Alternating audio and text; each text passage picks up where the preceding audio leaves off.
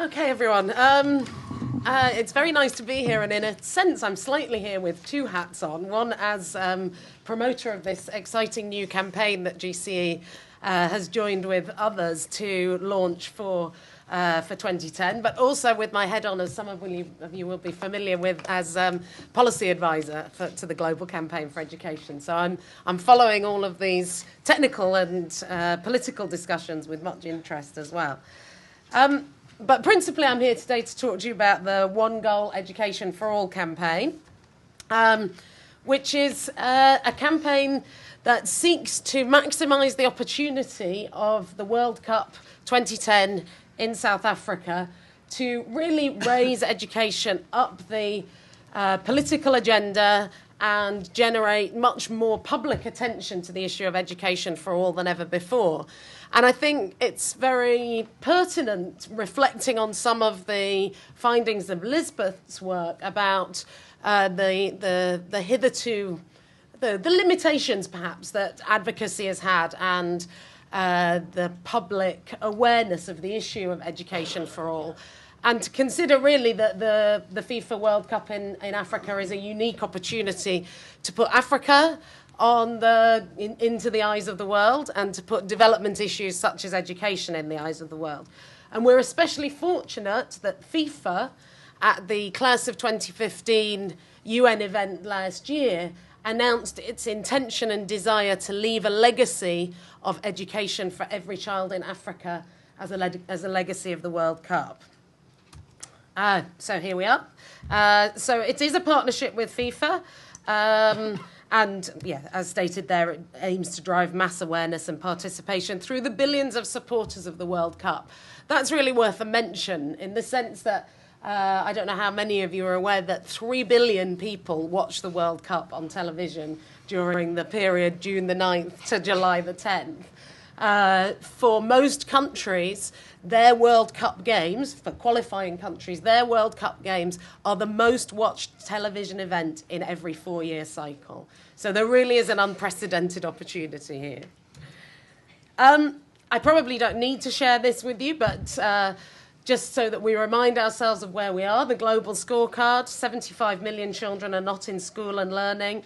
Education quality is so poor that many of those lucky enough go to school leave without basic skills. And I was very struck by Keith's 500 million figure there. I'll get that off you in future.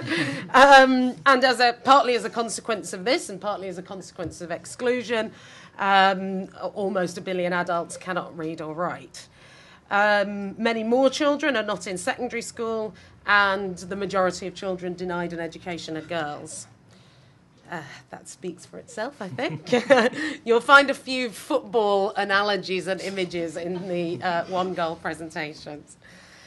I think this has probably already been said as well, but I think it's worth reflecting on that many developing countries have made very significant efforts. The bulk of financing going into education does come from developing countries, and there have been some successes. And so we do come to 2010, which GCE and the other partners in One Goal are seeking to brand and celebrate as a year of education. We do come to it with some successes under our belt, but with many more challenges ahead, as has been dramatically pointed out during today.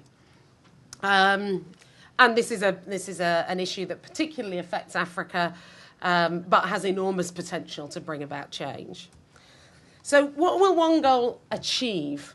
We want to demonstrate the support of 30 million supporters, 30 million members of the public, through a series of events and mobilisations, including the GCE Global Action Week, which some of you may know has gone from strength to strength, mobilising, I think, initially between 1 and 2 million people in the early noughties to over 13 million people in 2009.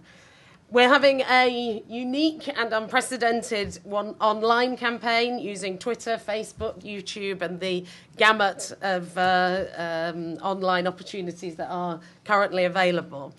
And we're also going to be looking at developing and promoting the wearing of a campaign symbol and offering offline opportunities Clearly, for those who are not able to access the internet regularly, there need to be alternative opportunities, and we're particularly looking at using SMS as a vehicle for sending campaign messages, particularly in Africa. We're seeking to achieve mass popular awareness of EFA through the broadcast of films before and during the World Cup, and with celebrity visits and appearances. As I say, positing the idea that 2010 is the year of education. And through all this, what we want to do is motivate political leaders to act on education for all. So uniquely, and in contrast to other campaigns around the World Cup, this will not be a fundraising campaign. It will be a campaign to motivate both members of the public and political leaders to take action. Just a brief word about the campaign arc, as we call it in advocacy circles. Up to April, we'll be building the campaign, recruiting footballers. I think we've already got some 50 footballers of celebrity status signed up to the campaign. We're aiming for 200. And we'll also, which isn't noted here actually, we're also looking at ways to put the campaign into the eyes of political leaders. Between April and July, you'll see the popular campaign and mobilisation around the World Cup. And then overlapping with that, from June up to the end of the year, will be a more sustained and more targeted push for political change. So I think I've already touched on some of the ways in which One Goal presents a unique opportunity to reach out to a wider public and to a higher political level than ever before. These are some of the tools and tactics that we'll be using. There's some ideas for a campaign emblem that I thought might interest you. And here are some of the sport and celebrity champions that are signed up to One Goal. I don't know who Javier Zanetti or Ivan Cordoba are. I think I'm got to confess, but they look good looking. Just very, very briefly, I see there are more football supporters in here than I know. Just very briefly, what's the change that we want to see? Clearly, all of this great noise about education has to transform into real change. So we're seeing this very much as an integrated campaign which seeks to achieve change in developing as well as developed countries. And we've got these very sort of top-line policy change messages. Invest in the future and spend 20% of budgets on education. Get rid of fees that prevent children going to school. Guarantee quality, especially through the provision of professional teachers, and make sure that children are helped to go to school, not work. And I'm sure many of you can imagine the kind of example policy changes that come under these broad headings.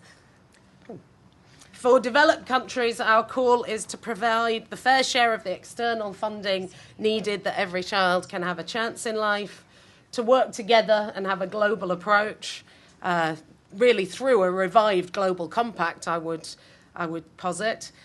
And then invest in ending the shortage of teachers and books and include countries in the greatest need, including fragile states and high population countries, as has been mentioned here. I will play, I think I now have the chance to play this short film